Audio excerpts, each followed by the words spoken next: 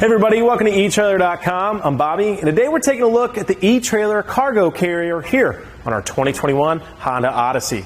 Now, if you're looking away of really expanding that cargo space, you know, this is starting to get crowded with all the kids. They want to keep the snacks in the back, get those heavier items out of the car. This can be a great solution. As you can see, getting a pretty wide base here to get most of our cargo needs. And with a 500-pound capacity, it's definitely going to be doing a good job of getting most of everything that we already have in our vehicle out of there and onto the back. Taking a look, I'm not the biggest fan how this guy doesn't have a reflector. So if you want to, you can definitely pick up an extra kit at etrailer.com and throw it on. I just think it's very helpful, especially being kind of so low profile and black. It might be hard for people to pick us up, so just some reflectors to let them know where we're at can definitely be helpful, but it's by no means a necessity. Taking a look at the grid itself, you can see we are getting some nice little contact points throughout our cargo carrier, as well as a nice kind of like diamond pattern on the inside here. Now, the only issues I might see with a little water buildup is maybe on the inside of the shank here, just sitting here just a little bit. However, I think it has a pretty good rise, so I don't think any water is really going to build up. Makes it really easy to clean this out too. Maybe it has some heavy equipment too. Maybe the kids are into sports, so if we had kind of like muds or anything, any kind of dirt buildup that's getting on our items, can be really easy to throw them on here, keep them out of the vehicle, and that way we can gently wash them off later with no trouble at all. A couple things I want to point out is our clearance in this position. Keep in mind, as those front wheels go up, the back will go down to the end of our mount here, putting this right at 14 3/4. So going to be doing a pretty good job of being well enough out of the way. Just, you know, if you have any steep driveways or anything crazy you're going over, I would definitely be careful of that. You can see this guy sits pretty far from our Odyssey as well. Looks like we're sitting at about 14 1/4 inches there, or maybe about 14 3/8 there to the back of our cargo and our Odyssey, and all the way from the back of our bumper to the end of our cargo carrier is going to put us right at 40 inches. So that's definitely something to keep in consideration with our Odyssey. Already somewhat of a long vehicle. However, especially if we're going on long road trips, we're probably going to do a lot of highway driving. Not going to be that big of a deal for ourselves. One thing I wanted to get to is these internal dimensions for ourselves.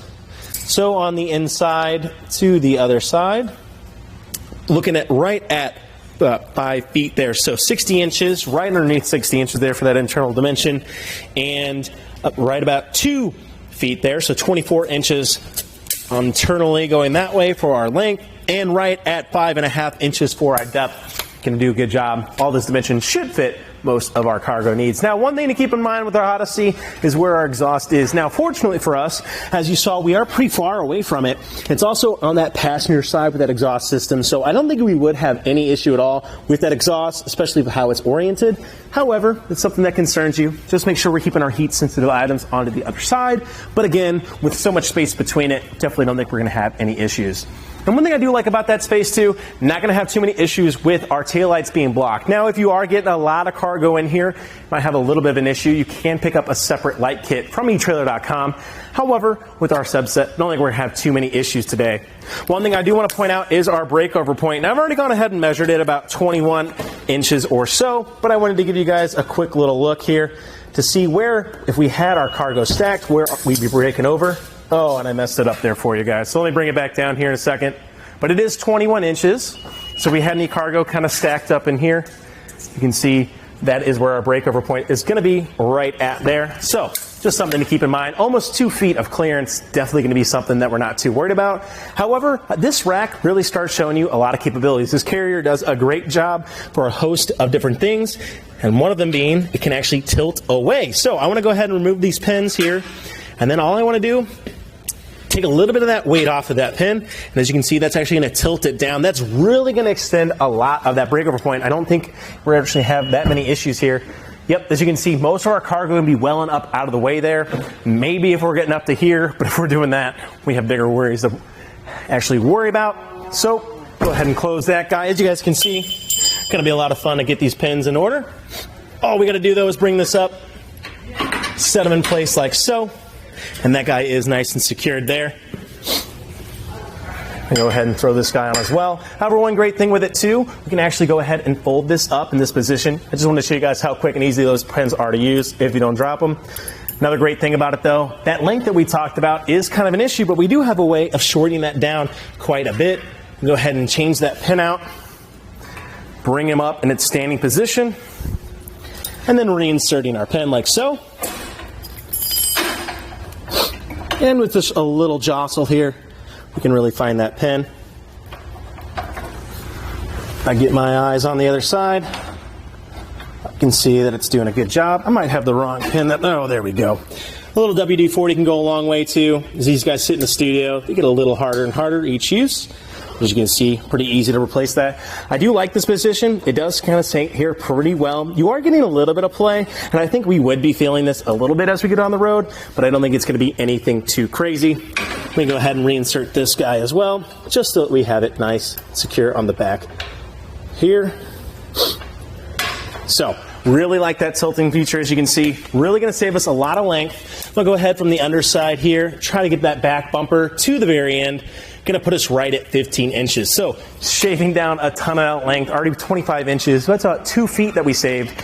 Now we can get this in the garage, and especially if we need a lot more maneuverability, whether we're at the campsite, making everything move, or the trails, or wherever. Definitely nice that we get a lot of maneuverability with this cargo carrier. Now that does bring us to our receiver though on the underside here. And as you can see, we are going to have a 2-inch receiver. And what's great about this guy, we already go ahead and throw on the eTrailer hitch pin alignment collar. Why that's great.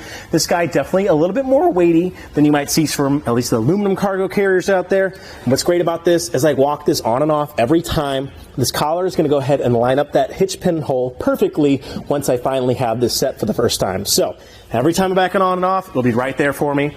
Less time on my hands and knees. I really like that. And at the end here too, you can see we do have an included anti-rattle threaded hitch bolt. And of course, that's pretty standard for a lot of your hitch accessories. But as you can see, as I'm shaking this guy, it's shaking the entire vehicle. That's bringing it all in line to one system. And we're going to take a lot of that play out, so we're going to feel it a lot less as we go down the road, especially get heavier and heavier items on there. Anything we can reduce to reduce that jostle and bounce is really going to help us in the long term. Well, I think the eTrailer Cargo Carrier does an excellent job, and one thing I really like about it is that tilting and folding capability. If we are having issues with that door allowing us to access the back of our hatch, we just go ahead and tilt down that cargo even while it's on there and get full access to the back of our Odyssey, which is always a great feature. And of course, you can see how much length, yes, that's adding. So nice that we can go ahead and collapse that down and just give us a little bit more maneuverability. And of course, it is going to be holding up quite well for us for the years to come, as long as we treat that powder coat very nicely. Well, I think that about does it for our look at the eTrailer Cargo Carrier here on our 2021 Honda Odyssey. I'm Bobby. Thank you for watching. Here on our test course, we'll start by going through the slalom. This is going to show us the side-to-side action. This simulates turning corners or evasively maneuvering.